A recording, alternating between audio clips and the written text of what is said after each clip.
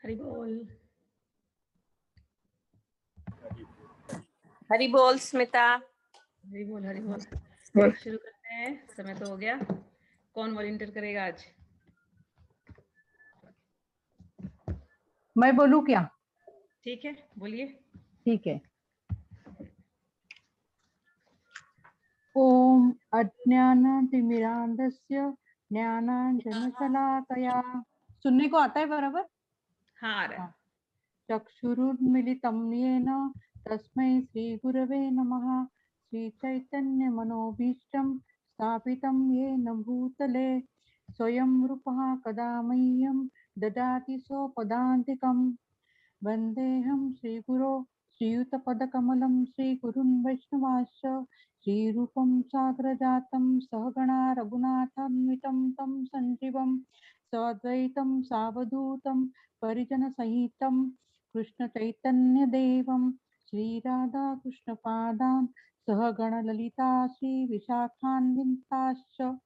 हे कृष्ण करुणा सिन्धो दीनबन्धो जगत्पते गोपेश गोपिकान्त राधाकान्त नमोऽस्तुते। तप्त काञ्चन गौरांगी राधे वृन्दावनेश्वरी वृषभानुसुते देवी प्रणमामि हरिप्रिये। वाञ्छाकल्पतरुभ्यश्च कृपा सिन्धुभ्य एव च पतितानां पावनेभ्यो वैष्णवेभ्यो नमो नमः। श्रीकृष्ण चैतन्य प्रभु नित्यानंद श्री अद्वैत गदाधर श्रीवासादि गौरभक्तवृंद। हरे कृष्ण कृष्ण कृष्ण हरे हरे, हरे राम राम राम हरे हरे। No. Sorry. कल हमने 9 तक पढ़ा था, उसके आगे वाला पढ़ते हैं आज। हाँ ठीक है। तो हाँ पढ़ती हूँ। 10 एक मिनट 10 पढ़ना, 11 12 13 और 15 पे रुक करके 15 वाला पूरा पढ़ना, तात्पर्य। ठीक है। हाँ इधर तात्पर्य सब इधर बोलने का है ना? नहीं, यहाँ नहीं। 10 का खाली अर्थ, 11 का अर्थ, 12 का अर्थ, 15 पे रुक करके तात्पर्य। ओके ठीक है। ओके। हाँ। अपर्याप्तं तदस्माकं बलं भीष्माभिरक्षितं पर्याप्तं तिदमेतेषां बलं भीमाभिरक्षितं। हमारी शक्ति अपरिमेय है और हम सब पितामह द्वारा भली भांति संरक्षित है, जबकि पांडवों की शक्ति भीम द्वारा भली भांति संरक्षित होकर भी सीमित है। अयनेषु च सर्वेषु यथा भागमवस्थिताः विश्वमेवाभिरक्षन्तु भवन्तः सर्व एव हि। अतएव सैन्य व्यूह में अपने अपने मोर्चे पर खड़े रहकर आप सभी भीष्म पितामह को पूरी सहायता दे। तस्य सञ्जयनयन् हर्ष कुरुवृद्ध पितामह सिंहनाद विनद्योच्चै शंखम दद्मो प्रतापवान। तब कुरुवंश के वयोवृद्ध परम प्रतापी एवं वृद्ध पितामह ने सिंह गर्जना की सी ध्वनि करने वाले अपने शंख को उच्च स्वर से बजाया, जिससे दुर्योधन को हर्ष हुआ। ततः शंकाश्च वैर्यश्च पणवान खगोमुखाः सहसैवाभ्यहन्यन्त सशब्दस्तु मूलोऽभवत्। तत्पश्चात शंख, नगाड़े, बिगुल, तुरही तथा सिंह सहसा एक साथ बज उठे। वह समवेत स्वर अत्यंत कोलाहलपूर्ण था। तथा शैतैर्हय्ययुक्ते महती स्यन्दने स्थितौ माधवा पांडवाश्चैव दिव्यो शंको प्रदध्मतुः। दूसरी ओर से श्वेत घोड़ों द्वारा खींचे जाने वाले विशाल रथ पर आसीन कृष्ण तथा अर्जुन ने अपने अपने दिव्य शंख बजाए। पांचजन्य ऋषिकेशो देवदत्तं धनंजयाः पौंड्रदद्मो महाशंख भीमकर्मा प्रपोधराः। भगवान कृष्ण ने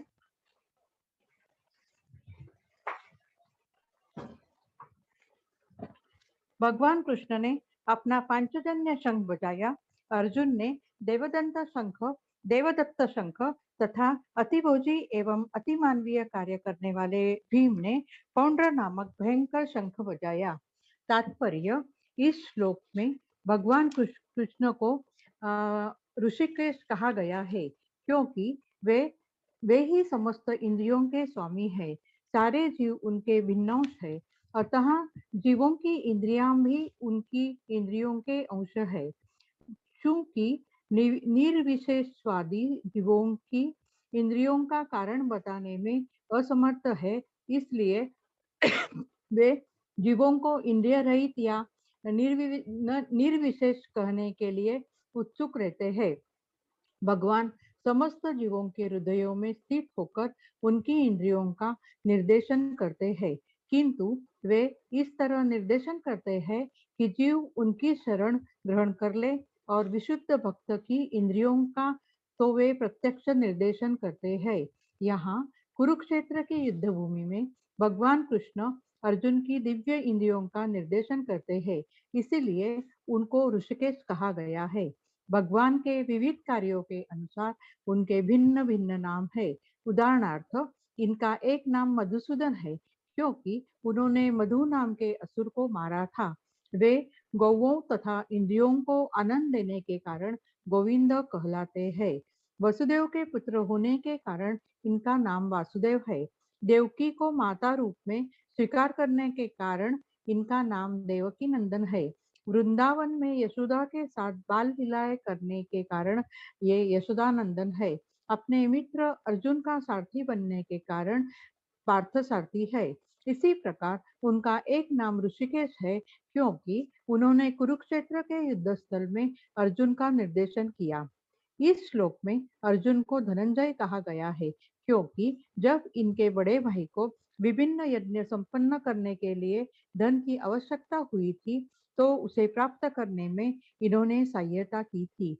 इसी प्रकार भीम रुकोदर कहलाते हैं क्योंकि जैसे वे अधिक खाते हैं, उसी प्रकार वे अति मानवीय कार्य करने वाले हैं, जैसे हिडम्बासुर का वध।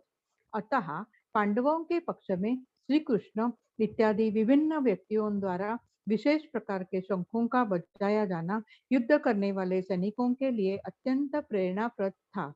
विपक्ष में ऐसा कुछ न था, न तो परम निदेशक भगवान कृष्ण थे, न ही भाग्यों की देवी श्री थी। अतः युद्ध में उनकी पराजय पूर्व निश्चित थी।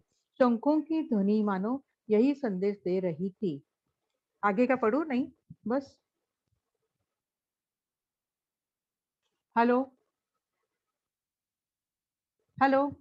नहीं, आगे का नहीं पढ़ना है। हाँ आगे का नहीं पढ़ना है। ये हाँ पढ़ करके आज 27 श्लोक तक पढ़ेंगे हम लोग। मेरा हाँ प्लान हाँ वहां तक का है। हाँ, और तो अभी इस पे थोड़ा चर्चा करके फिर आगे ठीक है बढ़ते हैं। तो ठीक है ठीक है। ठीक है ना? चलिए, कल आप लोगों को याद होगा दुर्योधन आया है और अपने गुरु द्रोणाचार्य को लेकर के आया है, और उसने पूरे सेना का निरीक्षण किया है और अपने बल के बारे में बता रहा है, और अलग अलग वॉरियर्स जो भी वहां पर खड़े थे सबका नाम लिया उसने और कहा कि देखिए ये सब यहाँ एकत्रित हुए हैं, एक से एक धुरंधर हैं, सबके सब शूरवीर हैं, सबके सब, और सबके सब अपने प्राण मेरे लिए त्यागने को इस समय सज्ज है। और हमने उस पर रोका था ये कह करके कि अपने आप से ही वो अपने जो जीवन में अभी आगे जो होने वाला है उसकी घटना का उसने अपने आप ही मुंह से बोल करके उद्घोषणा कर दी है कि सबके सब यहाँ पर प्राण देने वाले हैं, सबके सब प्राण देने वाले हैं। अगर तुम्हारी सेना ही प्राण दे देगी तो तुम्हारे पास क्या रहेगा, तो तुम्हारी हार निश्चित है। ये उसने इनडायरेक्टली अपने मुंह से बोल दिया। और हमने उस पर चर्चा की कि अपने मुख से हम क्या बोलते हैं कि हमें सोच समझ के बोलना चाहिए। कई बार अभिमान में आके हम बड़ी बड़ी बातें कर देते हैं, लेकिन वो हम पर ही आकर के फिर लागू हो जाती है। तो शब्दों को बड़े संभाल करके यूज करना चाहिए। मेरे फादर मुझे सिखाते थे शब्द बूमरैंग के जैसे। एक एक एक इंस्ट्रूमेंट होता है बूमरैंग, उसको ऐसे फेंकेंगे तो उल्टा घूम के आपकी तरफ ही आता है। तो शब्द ऐसे ही हैं, जो आप फेंकते हैं वो हमेशा घूम के आपकी तरफ आने वाला है। शब्दों की बहुत महिमा है, हर शब्द की बहुत महिमा है। तो जैसे अच्छे शब्द आप बोलेंगे तो अच्छे शब्द ही घूम के आपके पास आएंगे, बुरे शब्द आप बोलेंगे तो बुरे शब्द ही घूम करके आपके पास आएंगे। शब्द जो है ये समझना जरूरी है, शब्द जो है अक्षर से बनते हैं। क ख ग घ अंग ये अक्षर है ना, कभी अक्षर शब्द पे आप मनन करो। अक्षर, अक्षर मतलब इनफॉलिबल, क्षर मतलब जो क्षीण होता है, जो घटता बढ़ता है, जो कम होगा। अक्षर इनफॉलिबल, जो कभी घटता ही नहीं है, जो जो रहेगा, हमेशा रहेगा। भगवान को अक्षर कहा गया, अक्षर परब्रह्म। तो अक्षर का अर्थ है जो कभी घटता नहीं है। तो ये जो साउंड वाइब्रेशन है, ये अक्षर से बनते हैं और ये अक्षर हैं। ये कभी जब आपने छोड़ दिया तो वो है, परमानेंटली है। शब्द को ब्रह्म भी कहा गया, परमानेंटली, इटर्नल, इटर्निटी के लिए है। तो अक्षर को बहुत संभाल करके यूज करना चाहिए। जब हम तांत्रिक साधनाएं करते हैं, या तांत्रिक छोड़िए, मंत्रोक्त जब साधनाएं करते हैं, तो उनमें क्या है, उनमें कॉम्बिनेशन ऑफ अक्षर ही तो है। नॉर्मल जब जैसे राम कृष्ण जब हम बोलते हैं तो ये कॉम्बिनेशन ऑफ अक्षर है। ऐसे ही तंत्र में क्या होता है, मंत्र को लेते हैं, कॉम्बिनेशन ऑफ बीज अक्षर होते हैं, और उन बीज अक्षरों में भावना को जोड़ा जाता है। भावना और ये अक्षर, ये मिलकर के उसके फल को देते हैं। तो अक्षर, एक तो है अक्षर, उससे बनते हैं शब्द, और इन शब्दों में जो भावना आप डालते हैं वही जाकर के फिर वो वैसा रिजल्टेंट रिएक्शन आपको देते हैं। ये जो मैं आपसे बता रही हूँ, मेरे फादर से मैं बहुत चर्चा करती थी इन शब्दों पर, क्योंकि मंत्र के बारे में कभी कभी मुझे समझाते। तो जब छोटी थी तो समझाते, तो कई बार मंत्र बहुत ही इट्स अ डिफिकल्ट टॉपिक, थोड़ा समझ में नहीं आता था। तो भावना, पहले तो मंत्र जपना, उसके बाद भावना उसमें से कहाँ से जोड़ देना, वो भी समझ में नहीं आता था। तो उन्होंने शब्द एक सिंपल से समझाया मुझे कि देख, अपनी माँ को हम प्रेम करते हैं तो बोले माँ, मेरी माँ, इस प्रकार से बोले तो उसमें प्रेम, क्यों प्रेम आता है, क्योंकि उसमें भावना जुड़ी है, ये मेरी माँ है। माँ तू मुझे ये कर दे, माँ तू मुझे ये दे दे, इसमें मेरी भावना जुड़ी है। तो वही माँ शब्द, शब्द तो माँ से बना, एक ही अक्षर का शब्द है, लेकिन उसमें तुम्हारी भावना आई है तो वो कैसे रिएक्शन देगी। तो आपको भी बोलने में अच्छा लगेगा, सुनने वाले को, माँ को भी अच्छा लगेगा। किसी को भी, अनजान व्यक्ति को आप माँ बोल दो, किसी अनजान लेडी को माँ बोल दो, माँ कैसी है, फीलिंग आती है ना। भाई आप कैसे हैं, फीलिंग आती है ना हल्की सी। भाई शब्द बोलते ही वो एक आपके मन में उसके प्रति एक डिफरेंट फीलिंग होगी। पापा ने समझाया, माँ बोलेंगे तो ऐसी फीलिंग आती है क्योंकि भावना जुड़ी है तुम्हारी प्रेम की। और यही तुम बोल दो, ए मेरे बाप की, ए मेरे बाप की, ये मेरे पापा के समझा रहे थे मजाक में, ए मेरे बाप की औरत, मुझे खाना दे। अब देखो,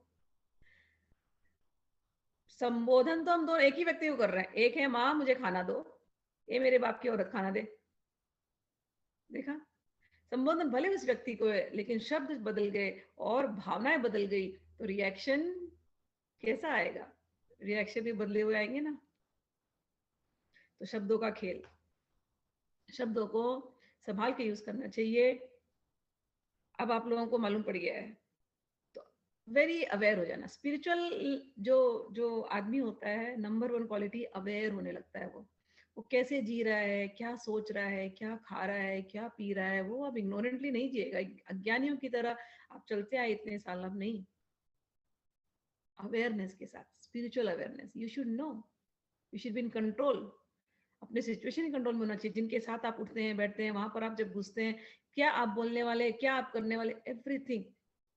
आप जब बोले तो आपकी भाषा में दिखना चाहिए कि आप स्पिरिचुअल हैं, और चार लोग आपको देखें, अच्छा इसने कुछ किया है, कुछ है इसके अंदर, क्योंकि वो अवेयर होता है, वो अनअवेयर कभी होगा नहीं। ठीक।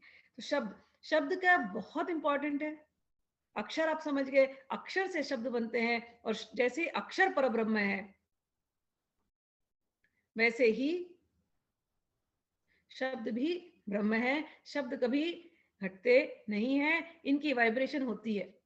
मॉडर्न वर्ल्ड में ऐसा हो गया है, कॉर्पोरेट्स में लोग काम करते हैं थके हारे, मैं देखती हूँ ना आजू बाजू, जब मैं लोगों से मिलती हूँ, सब कुछ होकर के भी, जब जब सब लोग मिल करके ऐसे ऐसे शब्द निकालते हैं, डिप्रेसिंग वर्ड्स मुंह से, तो एक मास वाइब्रेशन बनता है डिप्रेशन का। और वो वर्ल्ड में जाकर के नेगेटिव रिएक्शंस क्रिएट कर रहा है। वही हमारे यहाँ बोलते थे कि ग्रुप में कांग्रीगेशन बनाओ और वहां पर चैंटिंग करो, वहां पर संकीर्तन करो, तो भगवान के नामों का भी तुम्हारा एक वाइब्स बनेगा और वो बहुत स्ट्रांग होगा। वो कांग्रीगेशनल चैंटिंग, ग्रुप में बैठ करके जो चैंटिंग होती है, नाम संकीर्तन जिसका वर्ड है, संकीर्तन, कीर्तन, संकीर्तन, कांग्रीगेशनल ग्रुप में चैंटिंग, तो उससे कैसे वाइब्स बनेंगे? एक है ग्रुप में बैठना है और नेगेटिव बातें करनी है या गॉसिप करना है, रूमर फैलाने, ये एक तरीके का वाइब्रेशन लेके आएगा। डर की बातें करनी है, जॉब का क्या है, बाहर कैसा माहौल है, हर पल वही बातें। और एक है अरे छोड़ो ना, चलो सत्संग करते हैं, अच्छा खाते हैं, अच्छा पीते हैं, भगवान को भोजन चढ़ाते हैं, चलो बैठ के कीर्तन भजन करते हैं, ये एक है। तो इससे भी एक वाइब्रेशन निकलेगी, उससे भी एक वाइब्रेशन निकलेगी। वो वाइब्रेशन भी परमानेंट है, ये वाइब्रेशन भी परमानेंट होने वाली है। लेकिन वो वाइब्रेशन जब घूम करके बूमेरंग होकर के आएगी, पूरे ब्रह्मांड में जब घूमेगी, वो हर जगह सैडनेस सैडनेस डिप्रेशन डिप्रेशन फैलाती जाएगी। और ये वाइब्रेशन हैप्पीनेस हैप्पीनेस हैप्पीनेस फैलाती जाएगी। मैंने फादर से पूछा, पापा बट ऐसे तो सत्संगी बड़े कम मिलते हैं, मिलते कहाँ सत्संगी? एक आदमी, दो आदमी मिल गए तो बड़ी बात है सत्संग में। हाँ, उन पार्टीज में बहुत लोग मिलते हैं जहां पर ये सी बातें करनी बहुत मिलती है, भीड़ बढ़ जाती है वहां पर, तो यहाँ पर तो नहीं हो पाता। तो क्यों? कलयुग का प्रभाव है। तो उन्होंने एक ही चीज बताई थी, देख कितना भी अंधेरा होने दे, एक दीपक अगर जला कहीं भी, तो वो दीपक धीरे धीरे धीरे धीरे उस कमरे के अंधेरे को खत्म कर देता है। तो एक व्यक्ति भी अगर भक्त बनता है, सत्संग करता है, तो वो दीपक के समान है। वो जहां पर बैठेगा वहां के अंधेरे को वो दूर करता जाएगा। और अगर उस दीपक से किसी और दीपक जल गए, और भी बहुत सारे दीपक जल गए, जहां जहां बैठेंगे वो दीपक वैसी वैसी रोशनी देते जाएंगे। और ये भगवान की दुनिया है। कितनी भी नेगेटिविटी आने दे यहाँ पर कलयुग की वजह से, ऐसे ऐसे लाखों करोड़ों दीपक भगवान भेजते जाएंगे। तो चिंता मत करो तुम, ये बुद्ध की भी टीचिंग है, आपो दीपो भव। तुम अपने आप को दीपक बनाओ, अपने आप को दीपक बनाओ, आपो दीपो भव। जब भी भगवान को दिया जलाने जाओ, भगवान को आपके दीपक की सच में जरूरत नहीं है। भगवान जिसकी आंखें ही सूर्य और चंद्रमा है, उसको सच में दीपक की जरूरत है। जो स्वयं प्रकाशमान है, स्वराट है, उसको सच में क्या किसी दीपक की जरूरत है? वो दीपक तो आप हैं, जो भगवान को आप अर्पण करते हैं। आपो दीपो भव, भगवान ये दीपक मैं हूं, मैं आपको अर्पण करती हूँ, इस भाव से। आपो दीपो भव। अपने आप को हमको सुधारना है, स्पिरिचुअल अवेयरनेस अपनी बढ़ानी है, अपनी वाणी शुद्ध करनी है, अपने आचरण शुद्ध करने हैं। क्यों करने हैं? जो हम करेंगे बूमरैंग हमको ही मिलने वाला है। तो इसीलिए शब्दों को बहुत संभाल के यूज करना। प्राइड लाने की जरूरत नहीं है, आपके पास बहुत कुछ होगा। जैसे दुर्योधन के पास कितना कुछ है। दुर्योधन जब गया अर्जुन के पास, भक्त की और जो भक्त नहीं उनके कैरेक्टर्स बता रही हूँ। दुर्योधन और अर्जुन वॉर के पहले दोनों गए भगवान श्री कृष्ण के पास हेल्प मांगने के लिए। जब ये वॉर होने वाला था, तो सब लोग अपनी अपनी पार्टी बना रहे थे कि कौन हमारी तरफ से लड़ेगा, कौन फेवर्स मांगने जाते हैं ना, गठबंधन करने जाते हैं वैसे। तो दोनों गए कृष्ण के पास, तो कृष्ण भगवान सोए थे। तो अर्जुन तो हमेशा ही हम्बल है, हमेशा ही हम्बल है। अर्जुन तो जाकर के चरणों के पास बैठ गया, भगवान के चरणों के पास। दुर्योधन तो राजा है, वो क्यों चरणों के पास बैठेगा, वो तो सर के पास बैठा था। तो भगवान सोए थे और अर्जुन ने पैर पकड़ लिया। अर्जुन की आदत थी भगवान के साथ पैर दबाने की, होती है नेचुरल। पैर पकड़ा चरण छूने के लिए ऐसे, तो भगवान की नजर आंख खुल गई। भगवान ने देखा, अरे अर्जुन तुम, बोलो कैसे आना हुआ? तो अर्जुन बोले, मैं अकेले नहीं आया, भाई साहब भी आए हुए, दुर्योधन पीछे है। तो उनको देखा भगवान ने, हाँ बोलो क्या काम है, क्यों आए?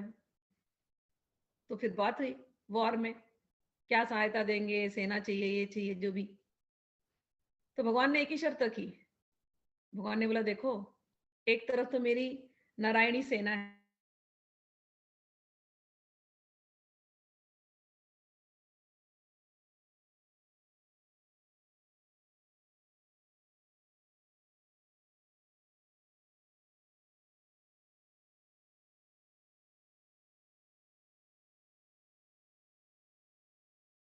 तो चालाक, बोला इनको अकेले निहत्थे को लेकर के, नारायणी सेना एक तरफ, मेरी हाँ, नारायणी सेना, मेरी नारायणी सेना एक तरफ और मैं अकेला निहत्था एक तरफ, इन दोनों में से जो चूज करना है चूज कर लो।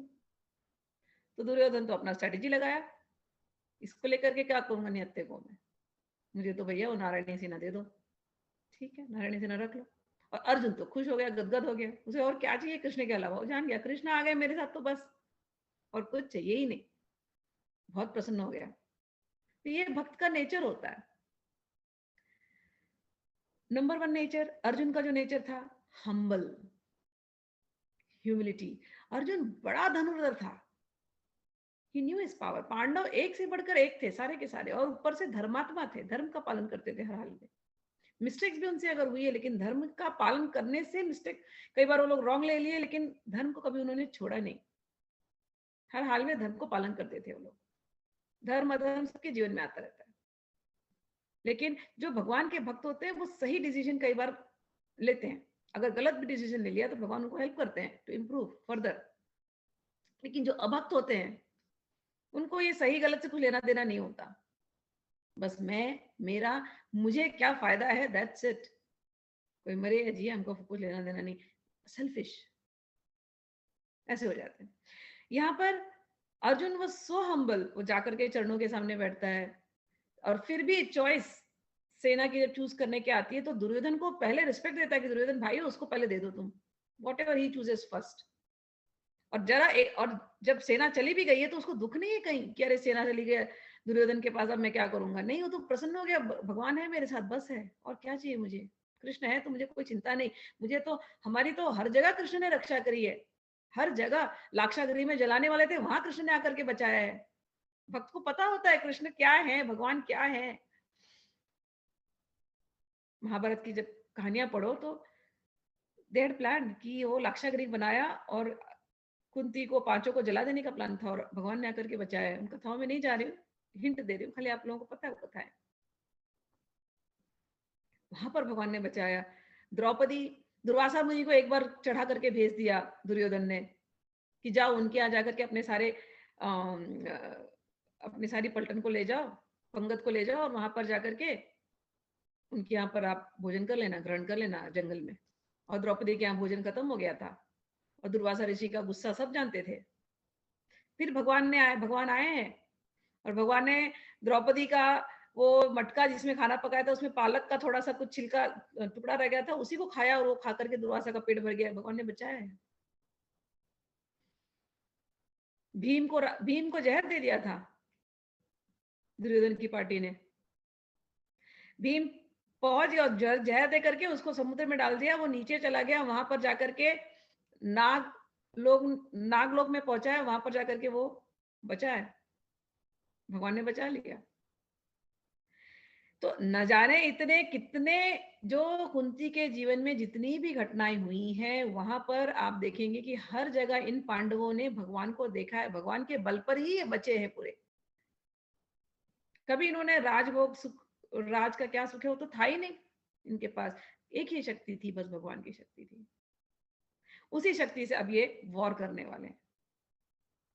ये भक्त का स्वभाव होता है। शक्तिमान होता है भक्त, बहुत शक्तिमान होता है भक्त। At the same time simple होता है, एट द सेम टाइम क्षमाशील होता है, हम्बल होता है, घमंड उसके अंदर आता नहीं। ये भक्त का स्वभाव होता है, और दूसरे का हित का ही सोचता है, हितैषी होता है, सभी को अपना मित्र समझता है, और कोई भी स्टेप लेने के पहले 4 बार सोचेगा। Really humble. तो ये भक्त के स्वभाव है। तो कल हम लोग ने शब्दों पे चर्चा की, स्वभाव पे अब चर्चा कर रही हूँ।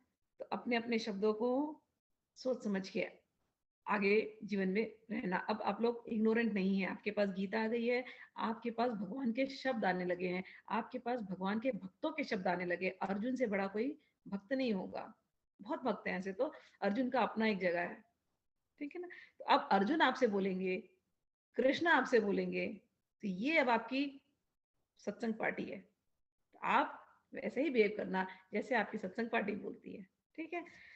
आपो दीपो भव। चलिए 10वां श्लोक में फिर दुर्योधन भीष्म को लेके गए, भीष्म पितामह पितामह को तो बहुत ही ज्यादा ताकत है। भीष्म पितामह पर अभी नहीं चर्चा करते, चलिए अभी नहीं तो लंबी लंबी कहानियां होती जाएंगी। चलिए, भीष्म पितामह को लेके गए हैं और फिर जाकर के उनको सेना दिखाई है और उनसे भी कहा है आप हैं ग्रेट ग्रैंडफादर, हाँ, लेकिन जरा भी दया मुंह नहीं करना। ये पूरी पार्टी देखिए, आपकी लॉयल्टी इस समय हे पितामह हमारे साथ है, तो आप अपना धर्म निभाना। आप हमेशा ही, मतलब वो तो उन्होंने तो कसम खा रखी थी, उन्होंने तो वचन लेके रखा था कि हस्तिनापुर की गद्दी पर जो भी बैठेगा मैं उसके साथ ही लॉयल रहूंगा। तो अपनी प्रतिज्ञा, भीष्म प्रतिज्ञा को आप याद रखना, वो लॉयल्टी अभी चलनी चाहिए। सामने भले हैं बैठे ये लोग लड़ने आ रहे हैं, लेकिन अपनी प्रतिज्ञा को आप भूलना नहीं। तो वो भीष्म को ले गए हैं वहां पर, भीष्म को दिखाए हैं वो जगह, और उसके बाद पर भीष्म ने वहां पर जाकर के अपना शंखनाद किया है। तो भीष्म का शंखनाद हुआ और उसके बाद खूब नगाड़े बजने लगे और खूब शोर हुआ है वहां पर कि अब युद्ध शुरू हो जाएगा। तो इस प्रकार से कौरव की पार्टी ने अपने अपने नगाड़े, अपने अपने शंखनाद करके अपने स्ट्रेंथ का परिचय दिया है। आगे 14वें श्लोक पर जब हम जाते हैं, अर्जुन है और कृष्ण है। अर्जुन अपने रथ पर बैठे हैं और कृष्ण रथ हाँक रहे। अर्जुन रथी है और कृष्ण सारथी है। ये सीन है, और इन्होंने भी अपने अपने शंख को बजाया है। आगे अच्छा, एक एक चीज जब हम पढ़ते हैं व्यास देव की, मैं हमेशा कहती हूँ शब्दों पर ध्यान देना। एवरीवेयर वो ऐसे ऐसे शब्द यूज करते हैं, वो शब्द ही वो मीनिंग देते हैं। संस्कृत भाषा इतनी सुंदर भाषा है कि एक ही शब्द से न जाने कितने मीनिंग आते हैं। ये तो मैंने आपको कहा ही कहा है। इसकी सिंटेक्स, इसके जो ग्रामर, जो लॉजिक इतना परफेक्ट है। मैंने संस्कृत बहुत लेट सीखी है अपनी लाइफ में, लेकिन मुझे लगता है बचपन से अगर बच्चों को सिखाया जाए संस्कृत ना, बुद्धि इतनी तीव्र हो जाएगी उनकी। The way the language has been made proper, ऐसा लगेगा कभी, मतलब उसके जो सिस्टम को समझो, ग्रामर को पढ़ने जाओ तो लगता है मैथमेटिक्स है। ऐसे ऐसे बनाया, इतना सुंदर। कोई बचपन से उस प्रकार से याद करने लगे तो उसकी मेमोरी अच्छी हो जाए, उसकी कैलकुलेटिंग का जो पावर है वो भी अच्छा हो जाएगा, लॉजिक बढ़ जाएगा। ये संस्कृत में पावर, ये नेचुरली, ये संस्कृत इतने अच्छे से बनाई गई है लैंग्वेज को, और हर शब्द में अलग अलग मीनिंग। अच्छा, उतना ये तो मैंने खैर आपको ग्रामर, सिंटैक्स ये सबका बताया, लेकिन संस्कृत के जो सुभाषितम होते हैं, ओहो, इतने सुंदर सुंदर सुभाषितम होते हैं उसके अंदर कि मॉरल कैरेक्टर बिल्ड हो जाए आदमी का। बचपन से यदि बच्चों को ये सिखाया जाए, मैं कभी कभी सोचती किंडरगार्टन में हमको डाला क्या सिखाया, twinkle twinkle little star how I wonder what you are. I mean ठीक है, बोलने में उस समय अच्छा लगता था, बट अब जब बुद्धि खुली, मैंने कहा यार बचपन से कोई अच्छी चीज सिखाते, अच्छे अच्छे सुभाषित सिखा देते बच्चों को, जिससे कि मॉरल कैरेक्टर बिल्डअप हो जाता है। वेरी इजी टू, इतने अच्छे छोटे छोटे पोएट्रीज होते हैं, सुंदर सुंदर होते हैं, ये बच्चों को बचपन से सिखाना चाहिए। एक एग्जांपल दीजिए स्मिता जी, एक एग्जांपल दीजिए सुभाषितम। चलो मैं एक सेकंड ना, कि युवराना विभूष, एक मैं लिख ये बताती हूँ तुमको, क्योंकि मैं मिस्टेक नहीं करना चाहती हूँ। रुको,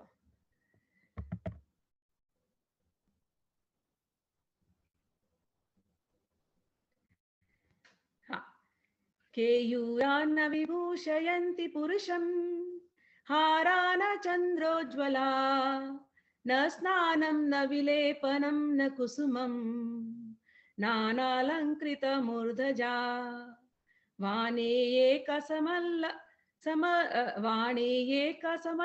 समलंकरोति पुरुषं या संस्कृता धार्यते, क्षीयन्ते खलु भूषणानि सततं वागभूषणं भूषणम्।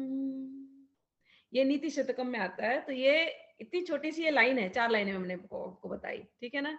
तो कहते हैं कि अरे केयूराना विभूषयन्ति पुरुषम, कि जो आपने कंगन पहने हैं, सोने के कंगन पहन लो या अलग अलग कंगन पहन लो, इससे आपका ये आपके आभूषण नहीं है। आप गले में अच्छे अच्छे हार माला सोने की हार डाल करके दुनिया को शो ऑफ करो, ये कोई आभूषण नहीं है।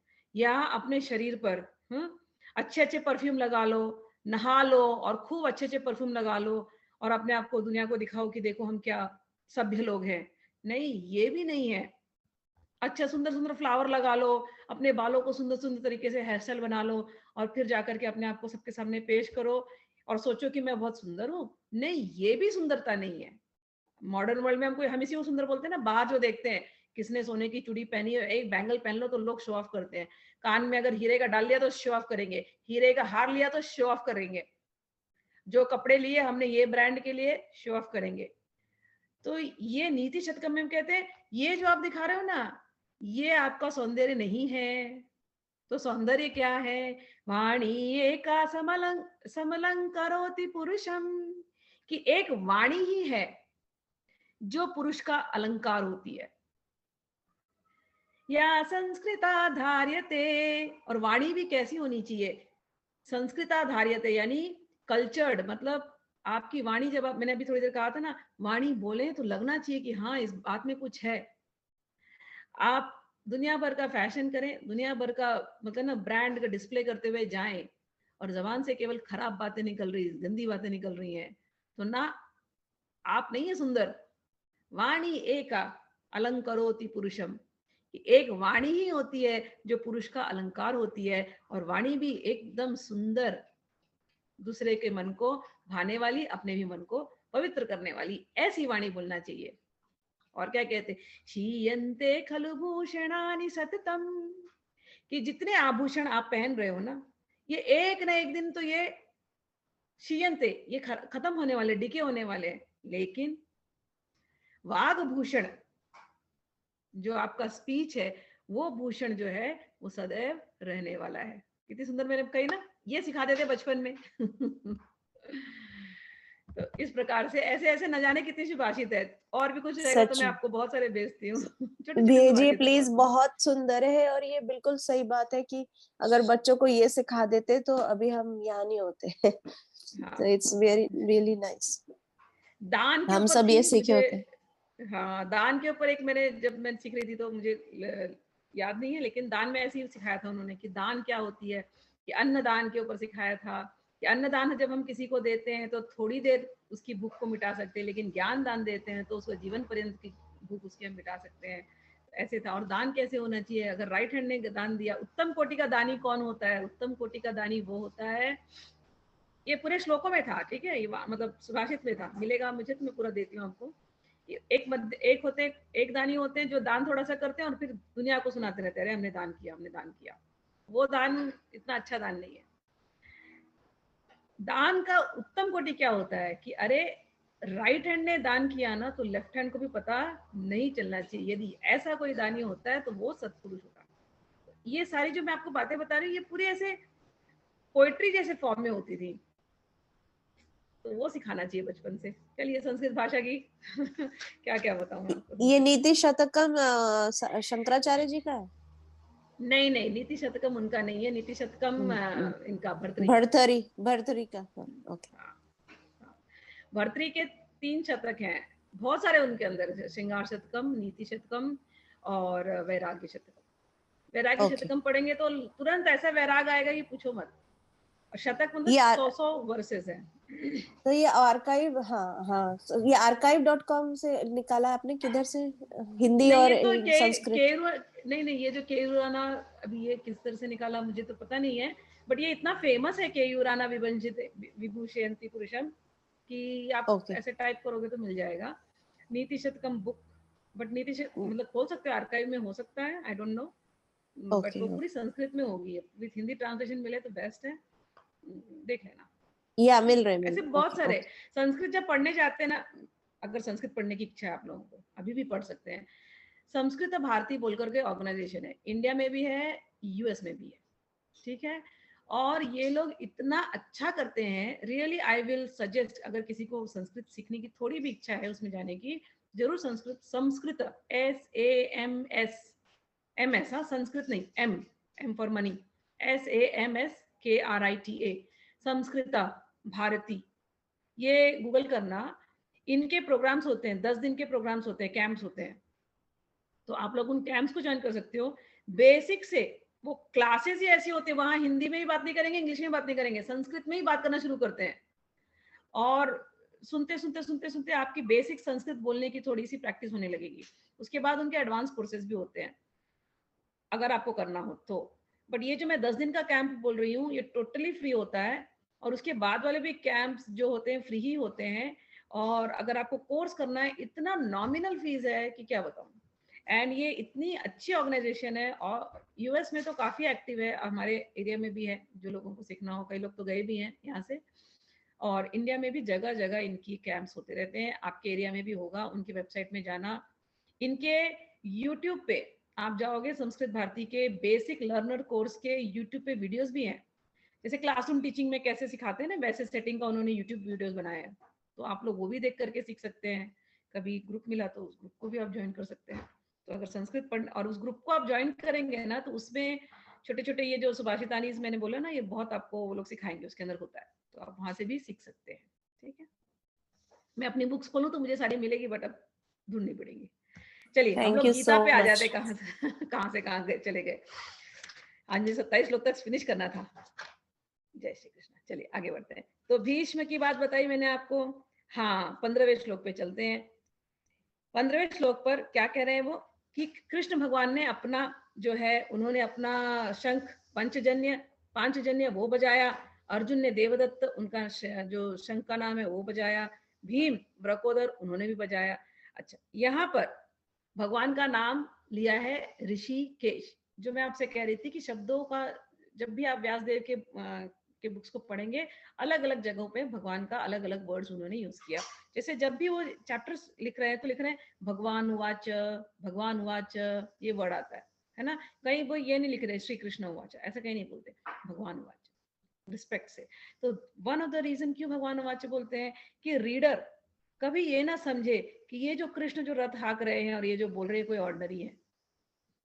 हम पढ़ने वालों के लिए, हम पढ़ने वालों को कभी ये नहीं भूलना चाहिए कि भगवान और ये जो शरीर, ये जो देहधारी जो कृष्ण दिखाई दे रहे हैं रथ हाँकते हुए, इनमें कोई अंतर नहीं है। ये साक्षात कृष्णस्तु भगवान स्वयं। इस बात को इन्होंने और ज्यादा प्रूव किया जाकर के जब उन्होंने श्रीमद् भागवत पुराण लिखा।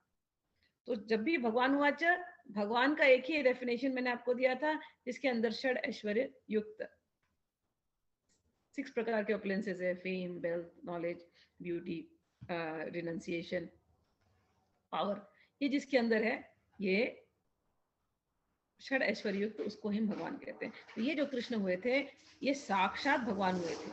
इनके ऊपर और चर्चा करेंगे as we go deeper into the chapters. तो भगवान का एक नाम यहाँ पर दिया है ऋषिकेश, याद रखना है ऋषिकेश नाम को। ऋषिकेश नाम का अर्थ है कि आपके इंद्रियों के जो स्वामी है।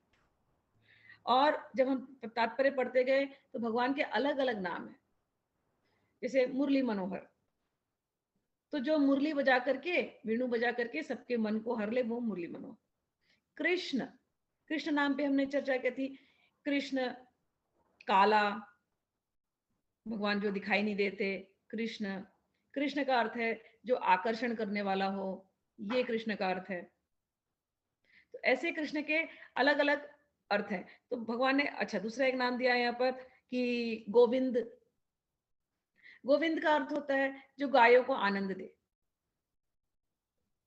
गाय क्या होती है, मैंने इस पर भी चर्चा की थी। आपकी इंद्रियां, आपका मन, सब घूमती रहती है ना, चरती रहती है चारा संसार में। इंद्रियां भी चरती हैं, मन भी चरता है। तो जो चर रहा है वो गाय, तो उसको जो आनंद देने वाले हैं वो है गोविंद। ऐसी गोपाल, हर नाम अलग अलग जगहों पे अलग अलग नाम यूज किए जाएंगे, तो उस नाम से भगवान की वो क्वालिटी समझ में आती है। तो यहाँ पर स्पेसिफिकली ऋषिकेश नाम दिया है। और उसके पहले उन्होंने जो जो श्लोक था उसमें था कि भगवान रथ पर बैठे हैं और सफेद घोड़े वहां पर चल रहे हैं, और भगवान ने उस रथ को पकड़ के रखा हुआ है। भगवान ने अर्जुन के रथ को, जिसमें सफेद घोड़े हैं, उनको पकड़ करके रखा हुआ है। और दूसरा नाम क्या दिया है, ऋषिकेश, नेक्स्ट श्लोक में। तो ये जो 5 घोड़े हैं सफेद, ये अर्जुन के इंद्रिय हैं, सफेद क्यों है? प्योर है, इसलिए इंडिकेटिव ऑफ दैट। ठीक है, और लिख रहे हैं कि ऋषिकेश मतलब भगवान श्री कृष्ण ने अर्जुन के ही सारे सेंसेस को पकड़ के इस समय रखा हुआ है, वो उसका अर्थ यहाँ पर है। अच्छा 16-18, चल 16-18 पढ़ देना, क्या नाम है, 16 से लेकर के आप 27 तक अभी पढ़ देना पूरा श्लोक। ठीक है, ओके।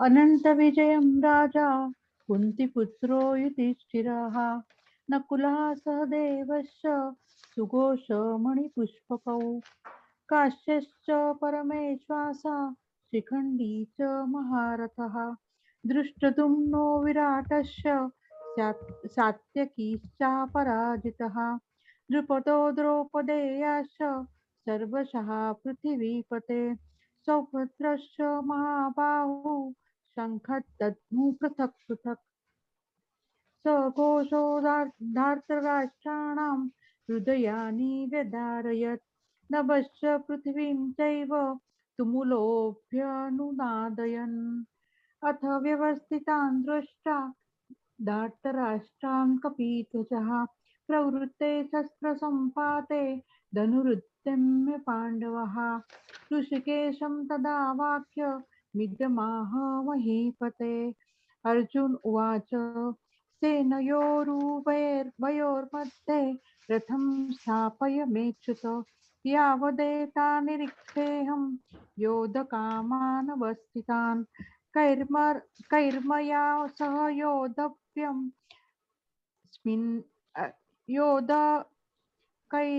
कैर्मया सह योद्धव्यमस्मिन् रणसमुद्यमे योत्समानानवेक्षेऽहं य एतेऽत्र समागतः धार्तराष्ट्रस्य दुर्बुद्धे युद्धे प्रियचिकीर्षवाः।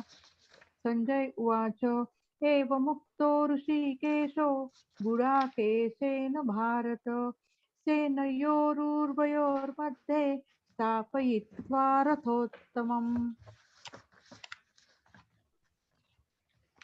सबके अर्थ नहीं पढ़े, खाली श्लोक पढ़ दिया आपने। 16-18 से अर्थ भी पढ़ देना है। नहीं क्या हुआ, हाँ पढ़ती है मैं बेटा। भीष्म द्रोण प्रमुखतः सर्वेषां च महीक्षिताम् उवाच पार्थ पश्येतान् समन्वेता कुरुन्निति तत्र पश्चात् स्थितान् पार्थ पितॄनथ पितामहान् आचार्यान् मातुलाभ्रान्तु पुत्रान् पौत्रात् सखी तथा शशुरान् हृदश्चैव सेनयोरुभयोरपि तान् समीक्ष्य स कौन्तेय सर्वान् बन्धूनवस्थितान् कृपया परयाविष्टो विषिद्धनिदमब्रवीत्। अभी मीनिंग बोलती हूँ। हाँ, वो आदत लग गई है ना बोलने। हाँ इसलिए मुझे लगा। हाँ 16-18 एक मिनट।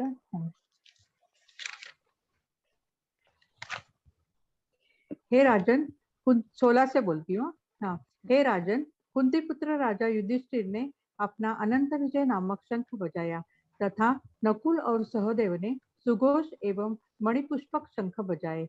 महान धनुर्धर काशीराज, परम योद्धा शिखंडी, दुष्टदुम्न, विराट, अजय, सात्यकी, द्रुपद, द्रौपदी के पुत्र तथा सुभद्रा के महाबाहु पुत्र आदि संभों ने अपने अपने शंख बजाए। इन विभिन्न शंखों की ध्वनि कोलाहल पूर्ण बन गई, जो आकाश तथा पृथ्वी को शब्दायमान करती हुई धृतराष्ट्र के पुत्रों के हृदय को विदीर्ण करने लगी। उस समय हनुमान से अंकित ध्वजा लगे रथ पर आसीन पांडुपुत्र अर्जुन अपना धनुष उठाकर तीर चलाने के लिए उद्यत हुआ। हे राजन, धृतराष्ट्र के पुत्रों को व्यूह में खड़ा देखकर अर्जुन ने श्री कृष्ण से ये वचन कहे। अर्जुन ने कहा, हे अच्युत, कृपा करके मेरा रथ दोनों सेनाओं के बीच में ले चले, जिसमें मैं यहाँ उपस्थित युद्ध की अभिलाषा रखने वालों को और शस्त्रों की इस महान परीक्षा में जिनसे मुझे संघर्ष करना है उन्हें देख सकूं।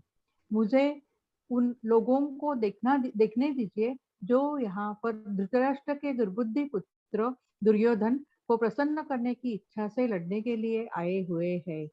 संजय ने कहा, हे भरतवंशी, अर्जुन द्वारा इस प्रकार संबोधित किए जाने पर भगवान कृष्ण ने दोनों दलों के बीच में उस उत्तम रथ को लाकर खड़ा कर दिया। भीष्म, द्रोण तथा विश्व भर के अन्य समस्त राजाओं के सामने भगवान ने कहा कि हे पार्थ, यहाँ पर एकत्र सारे कुरुओं को देखो। अर्जुन ने वहां पर दोनों पक्षों की सेनाओं के मध्य में अपने चाचा, ताऊओं, पितामहों, गुरुओं, मामाओं, भाइयों, पुत्रों, पौत्रों, मित्रों, ससुरों और शुभचिंतकों को भी देखा।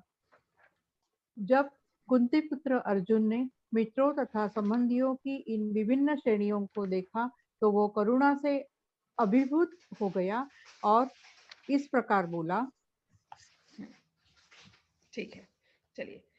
तो ये युद्ध का डिस्क्रिप्शन हो रहा है। उस तरफ से ब्यूगल बजा है, इस तरफ से भी ब्यूगल बजने लगे। पांडवों ने भी ब्यूगल बजाया है और सभी ने, सबके अपने अपने अलग अलग शंखों के नाम दिए। यहाँ पर युधिष्ठिर का शंख का नाम है अनंत विजय और नकुल सहदेव का सुघोष मणिपुष्पक। ये सब अलग अलग उनके शंखों के नाम हैं। उनके पार्टी में कौन कौन है उसका नाम लिया गया है। शिखंडी है, दृष्टद्युम्न है, विराट है, सात्यकी, द्रुपद और द्रौपदी के पुत्र, सब लोग इस तरफ के पार्टी में हैं, उनका नाम लिया गया है। और उसके बाद सब जगह पर शंखनाद होने लगा है। इस समय खूब आवाजें हैं, गड़गड़ाहट हो रही है और सब लोग अपना अपना जय घोष कर रहे हैं, अपनी अपनी पार्टी को चेयर अप कर रहे हैं और एक दूसरे को बता रहे हैं कि हम ताकतवर हैं, हम ताकतवर हैं। हमारा कंपटीशन होता है शंखनाद का भी दिखाने के लिए। तो वो यहाँ पर अभी हो रहा है। तो युद्ध की शुरुआत अब होने वाली। उसी समय अर्जुन ने भगवान से रिक्वेस्ट किया कि कृपा करके ये जरा रथ को जरा मुझे आगे लेकर के चलिए, मुझे देखना है कि उस पार्टी में कौन कौन है। ये हम सब जानते हैं। अर्जुन, भगवान बोले ठीक है चलो चलते। अब भगवान ले गए। अच्छा, इसके अंदर एक और उन्होंने 20वां जब हमने श्लोक पढ़ा तो 20वें श्लोक में लिखा हुआ है कि कपिध्वज एक वर्ड है, अथ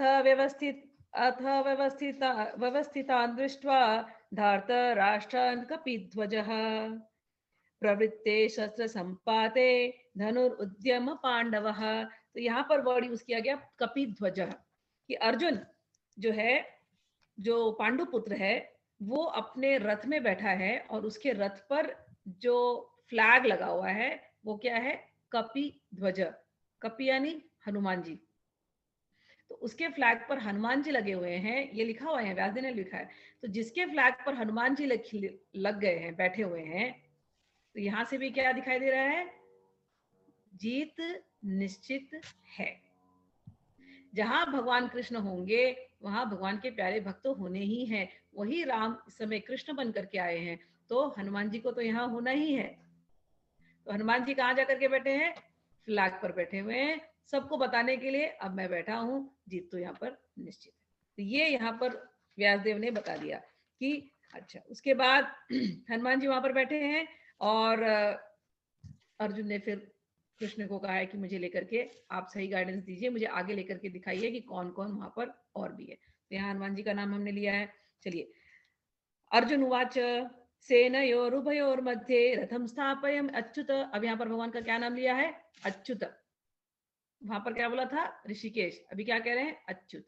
अच्युत का अर्थ क्या होता है, जो कभी गिरता नहीं है। च्युत यानी गिरना, अच्युत यानी जो कभी गिरता है।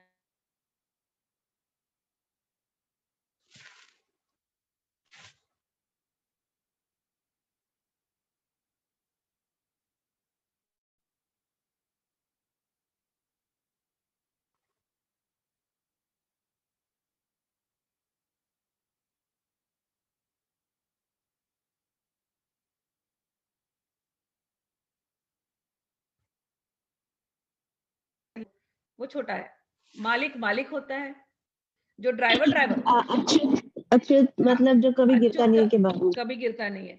हमारे वर्ल्ड में ड्राइवर को हम ड्राइवर की दृष्टि में देखते हैं, हमें ऐसा लगता है वो ड्राइवर है, मालिक मालिक है। यहाँ पर ऐसा नहीं है। भले भगवान रथ हाँक रहे हैं, लेकिन अर्जुन उनको प्यार से बोल रहा है कि आप रथ हाँक रहे हैं, लेकिन इससे आप ड्राइवर नहीं हो गए, आप नीचे नहीं हो गए। आप तो अच्युत हैं, आपकी पोजीशन तो अनचैलेंज्ड है, आप तो इनफॉलिबल हैं।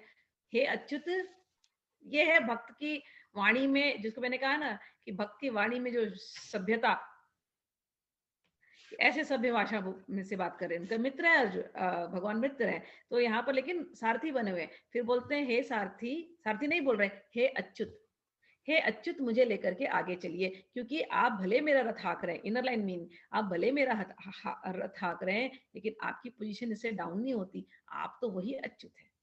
तो ये respectful way of addressing your whoever your Sarathi is, ठीक है ना। चलिए, यावत यावत एता निरीक्षे हम योद्धु कामन अवस्थित, कि मैं कौन कौन मेरे साथ लड़ने वाला है ये मैं देखना चाहता हूँ, हे अच्युत आप मुझे वहां पर लेकर के चलिए। फिर 23वें श्लोक में, तो अभी रथ पर हनुमान जी चल रहे हैं और अच्युत भगवान श्री कृष्ण और पीछे पीछे अर्जुन, ये लोग अब आगे गए हैं। उसके बाद वहां पर जाकर के देखते हैं कौन कौन है। संजय उवाच, अब ये पूरी सीन को संजय बैठा देख रहा है। कहाँ देख रहा है संजय? दिल्ली में। आप लोग सीन भूलना मत थोड़ी देर के लिए, खाली ये फर्स्ट चैप्टर में खाली सीन चल रहा है, बाकी चैप्टर में से फिर आपके कॉम्प्लिकेशन हट जाएंगे। वॉर कहाँ हो रही है? कुरुक्षेत्र में। कुरुक्षेत्र कहाँ है? हरियाणा में। हरियाणा। और देख कहां पर रहे हैं सब लोग? धृतराष्ट्र और ये दिल्ली में। आज के तारीख में दिल्ली टू हरियाणा गाड़ी से आराम से हम लोग जा सकते हैं, 5-6 घंटे लगते हैं, ज्यादा दूर नहीं है, ठीक है। उस जमाने पे तो होगा जो भी होगा। तो कुरुक्षेत्र, अभी भी मैं अभी पिछली बार ही गई थी कुरुक्षेत्र, जाकर के दर्शन करके आई। और जिस वृक्ष के नीचे जो गीता कही गई है वो वृक्ष है, शंकराचार्य ने वहां पर छोटी सी मंदिर बनवाई है और बहुत सुंदर है वो वृक्ष। जाकर के दर्शन करके पूरा मैं आई हूँ। और अभी मोदी गवर्नमेंट ने इनिशिएटिव लिया है कि वहां पर उसको और अच्छा टूरिस्ट अट्रैक्शन बनाया जाए। तो वहां पर लाइट एंड साउंड शो, मैं कोविड में गई थी 2020 में, तो लाइट एंड साउंड शो वहां पर होगा, जहां पर ये गीता के बारे में बताया जाएगा। तो मंदिर का अब उद्धार हो रहा है, इतने सालों से हो नहीं रहा था। वो वटवृक्ष अभी भी है 5000 साल पुराना, जहां पर ये बोला गया था। शंकराचार्य ने थोड़ा अपनी तरफ से किया था, लेकिन अब Modi government is putting more effort in that. तो मैं देख करके आई कुरुक्षेत्र। तो और वहां पर एक छोटा सा मंदिर है, वहां पर एक कुंड भी है जिसमें स्नान भी करके आई। तो ये सब कुछ है अभी भी कुरुक्षेत्र में, ठीक है। तो कुरुक्षेत्र हरियाणा में और हस्तिनापुर में संजय देख रहा है, टीवी पर रिले हो रहा है। संजय क्या देख रहे हैं? संजय कह रहे हैं कि ऐसा जब अर्जुन ने कहा तो भगवान श्री कृष्ण ने, अच्छा यहाँ पर फिर से बोला, एव मुक्तो ऋषिकेशो गूढ़केशेन भारता, कि गूढ़केश, यहाँ पर अर्जुन का नाम दिया गूढ़केश और ऋषिकेश को ऋषिकेश कहा गया। कि ऐसा सुनने से, गूढ़केश अर्जुन के मुंह से ऐसा सुनने के बाद ऋषिकेश ने वो जो रथ है वो आगे लेके गए। तो गूढ़केश का अर्थ क्या है? गूढ़क वो होता है जिसने गूढ़केश वो होता है जिसने अपने नींद को कवर कर लिया होता है, नींद के ऊपर जिसकी कंट्रोल हो गई रहती है, उसको कहते हैं गूढ़केश। तो ये लोग तो, अर्जुन इतना एक्सपर्ट आर्चर था कि वो कई कई दिन बिना सोए भी वो काम कर सकता था। ये लोग बचपन से जंगल जंगल भटके हैं। तो जंगल में 5 भाई और 1 माँ, भटकना है तो एक को तो पहरेदारी करनी पड़ेगी ना, 2 को तो पहरेदारी करनी पड़ेगी। तो इनको तो आदत थी चलते चलते घोड़े पर सो जाने की, नींद को इन्होंने कॉन्कर कर लिया था। एक तो अर्थ ये। दूसरा, नींद से और एक अर्थ होता है इग्नोरेंस। तो जिन्होंने अपने इग्नोरेंस को कॉन्कर कर लिया था, ऑर्डिनरी नहीं थे ये अर्जुन। यहाँ पर ही knew, he was very intelligent. कोई भगवान के हाथ बैठा और भगवान उसका रथ हाँक रहे तो वो आदमी क्या होगा? अर्जुन की और भगवान की बहुत लंबी जोड़ी है, नर नारायण सतयुग से चल रहे हैं वो लोग साथ में। तो वो गूढ़केश जिन्होंने अपने नींद को भी कॉन्कर कर लिया है, जिन्होंने अपने इग्नोरेंस को भी कॉन्कर कर लिया है, उन्होंने जाकर के अर्जुन को बोला, कृष्ण को बोला। कृष्ण कौन? ऋषिकेश। और ऋषिकेश ने इस गूढ़केश अर्जुन को ला करके बीच में खड़ा कर दिया। गूढ़केश कौन होता है? तो आपको समझ गया, एक तो नींद कवर कर लिया जिसने, और मैंने कहा अज्ञान जिसने कवर कर लिया। नींद कवर करने का और एक अर्थ होता है जिसको हमेशा होश होता है, जो बेहोश नहीं होता। संसार में लोग रहते हैं लेकिन ये गारंटी से नहीं कहते कि होश में सारा काम करते हैं। अलर्टनेस, अवेयरनेस, ये होता है होश में होना। तो गुड़केश का और एक अर्थ, अर्जुन हमेशा होश में था, अर्जुन हमेशा अवेयर था। वो वॉर करने जा रहा है, आप सोचो वॉर में क्या अवेयरनेस लगी, कहां से क्या बाण आने वाला, कहां से कौन स्ट्रेटजी करने वाला है, how much aware he has to be. इतना जो आदमी अवेयर है, एक तो स्पिरिचुअली अवेयर है, फिर वॉर करने जा रहा है तो इतना फिट होगा वॉर के टाइम पे, कहां से क्या आएगा तो कितना अवेयरनेस, उसकी कान कितने डेवलप होंगे, उसकी आईज कितनी डेवलप होगी, उसका मेंटल स्ट्रेटजी कितना डेवलप होगा, हाउ अवेयर ही वॉज। मैं जिसको कहती हूँ अर्जुन बनना है मतलब होश वाला बनना है, मतलब हमारी स्पिरिचुअल अवेयरनेस उतनी बढ़नी है। स्पिरिचुअल आदमी होश में रहता है, बेहोशी में काम, नशे में काम नहीं करता, हमेशा होश में रहता है। तो ये गुड़केश है कि अर्जुन होश में है, अर्जुन सब जानता है, सब स्टडी समझता है, साथ में अपने आप को मैं क्या हूं वो भी जान रहा है। इतना होश वाला, इतना समझदार, जिसने नींद को कॉन्कर कर लिया है, इतना शूरवीर, इतना स्पिरिचुअली डेवलप्ड सोल, ये अर्जुन। इसने अपनी इंद्रियों की बागडोर पकड़ा दी है भगवान ऋषिकेश के हाथ में, और ऋषिकेश को कहा है ऋषिकेश मुझे ले चलो। ये है अर्जुन की क्वालिटी, ये भक्त की क्वालिटी है। सब समझदार होगा भक्त, बहुत समझदार होता है भक्त, को सब पता होता है। मेरे फादर बोलते थे हमेशा, भक्त भोला होता है, बेवकूफ नहीं। भक्त को सब पता होता है, लेकिन कई बार वो इतना भोला होगा ना कि वो बहुत कुछ ऐसी छोड़ देगा, अपनी चालाकी वो दिखाएगा नहीं, जहां नहीं दिखाना वहां चालाकी नहीं दिखाएगा। वो संसार के लोग ऐसा नहीं करेंगे, जहां नहीं दिखाना वहां पर भी चालाकी करते रहेंगे। तो अर्जुन पूरे होश में, very intelligent, very powerful, spiritually also very highly developed.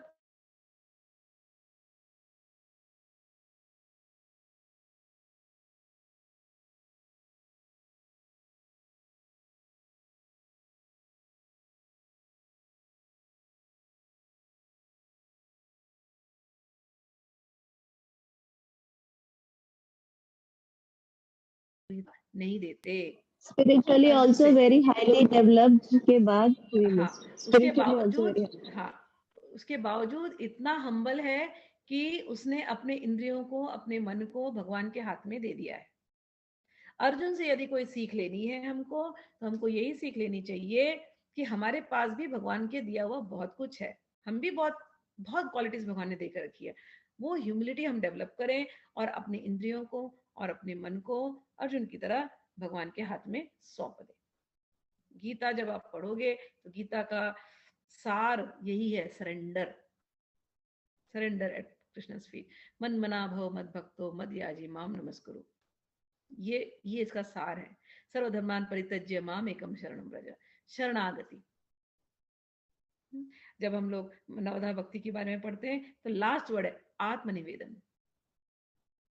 Arjun ने सब कुछ भगवान के हाथ में देकर के फिर भी वो अब फाइट करने जाने वाला है। चलिए 25वें में कहा कि वहां पर उन्होंने किसको देखा, भीष्म को देखा, द्रोण को देखा, और भगवान उनसे कहते हैं, ये संजय बता रहे हैं कि भगवान ने बोला देखो देखो अर्जुन, लो तुम्हारे पितामह भीष्म वहां खड़े हैं। क्योंकि भगवान को पता है अर्जुन को सबसे ज्यादा प्यार इन्हीं दोनों से है। भीष्म को देख करके बहुत प्यार, और भीष्म ने भी उनको बहुत प्यार किया है। और द्रोण, मैंने कल कहा द्रोण इतना प्यार करते थे अर्जुन को कि अर्जुन से बड़ा कोई धनुर्धर नहीं होगा, एकलव्य का अंगूठा कटवा दिया था। ऐसे दो जिनको वो इतना प्रेम करता था, इतना रिस्पेक्ट करता था, वो इस समय पर उनके जो भी रीजन थे जस्टिफिकेशन के, वो इस समय पर कौरवों के साथ खड़े हैं। Whatever the reasons, they both had their own reasons, their own justification। संसार में ये होता है, हम कई बार गलत का साथ दे देते हैं और वो गलत का साथ देने के लिए हमारे पास हमारे रीजंस होते हैं। इन्होंने दोनों ने मिलकर के, दोनों भले अर्जुन को इतना प्रेम करते थे, लेकिन पांडवों को भीष्म बहुत प्रेम करते थे। भगवान कृष्ण को बहुत, पूरा विष्णु सहस्त्र नाम जो आप पढ़ते हो वो भीष्म का दिया हुआ है युधिष्ठिर को। तो भीष्म बहुत बड़े भक्त थे कृष्ण के, लेकिन अपनी प्रतिज्ञा उन्होंने लेकर के रखी थी, वो प्रतिज्ञा के लिए जाकर के कौरव के पार्टी में बैठे थे, और द्रोण की अपनी मजबूरी थी, वो भी कौरव के पार्टी में आके बैठे। तो भगवान ने स्पेसिफिकली पॉइंट किया इन दोनों का नाम, कि भगवान जाते थे ये इसकी वीक पॉइंट है, भगवान ने दिखाया उनको। अच्छा, फिर 26वें में कहा, हाँ यहाँ पर और एक चीज, और एक नाम लिया अर्जुन का, तो गुण के हिसाब समझ गए, यहाँ पर एक नाम लिया पार्थ। पार्थ यानी पृथा के पुत्र, पृथा यानी कुंती, कुंती के पुत्र। और इससे ये दिखाने के लिए कि देखो कुंती किसकी सिस्टर थी, वासुदेव की सिस्टर थी, तुम ऐसे बड़े लीनिएज से आए हो, तुम कोई ऑर्डिनरी नहीं हो, तो अपने उस लीनिएज को याद रखना और उस लीनिएज की गरिमा के लिए तुमको फाइट करनी है। तो अलग अलग नाम लेकर के अलग अलग चीज दिखाने की कोशिश है यहाँ पर। चलिए 26वां और 27वां। 26 में कहते हैं तत्र पश्य स्थितान पार्थ पितृन आह पितामहान। फिर वहां पर अर्जुन ने देखा, संजय बता रहे थे कि अर्जुन ने फिर वहां पर दोनों पार्टी को देखे और उन्होंने देखा कि उनके पिताजी हैं, उनके दादा लोग हैं, उनके गुरु लोग हैं, उनके मामा हैं, उनके भाई हैं, उनके बेटे, सब जगह पूरी पार्टीज को देखने लगे, खुद की भी पार्टीज को देखा और उस भी पार्टी को देखा, बीच में खड़े हैं तो सबको देख रहे हैं, बेटे हैं, भाई हैं, पिता है, सब पूरी पार्टी आ गई इस समय। किसके लिए? ससुर है, चाहने वाले हैं, दुश्मन है, सब आ गए। सब किसके लिए? हस्तिनापुर की राजगद्दी के लिए। ये अर्जुन का दृष्टिकोण है। हस्तिनापुर की राजगद्दी को पाने के लिए सब यहाँ इकट्ठा हो गए हैं। अब इतना बड़ा मार्केट होगा, इतना बड़ा युद्ध होगा हस्तिनापुर की गद्दी के लिए। जब ये देखा कुंती पुत्र ने, वो एकदम घबरा गए और उनका जो है ना वो भक्त वाला जो जो भावनाएं थी वो सब अब निकल करके बाहर आएंगी। कल हम लोग बाकी के श्लोक पढ़ेंगे और अर्जुन की क्या दशा हुई उसके ऊपर हम चर्चा करेंगे। एक भक्त कैसे सोचता है उस पर हम चर्चा करेंगे। तब तक आज के लिए यहीं पर विराम देते हैं और आप लोग भगवान को याद कीजिए और ऋषिकेश को, अपनी इंद्रियां और अपनी मन को समर्पित करके सो जाइए और जो लोग काम पर हैं वो अर्जुन की तरह काम पे लग जाइए। चलिए, हरे कृष्णा, कल मिलते हैं बाकी का क्लास। हरे हरि कृष्णा। बोल, thank thank you. Hari Hari बोल, बोल कृष्णा जी। हरि बोल, हरि बोल, हरि बोल। हरि बोल, हरि बोल, हरि बोल, हरि बोल।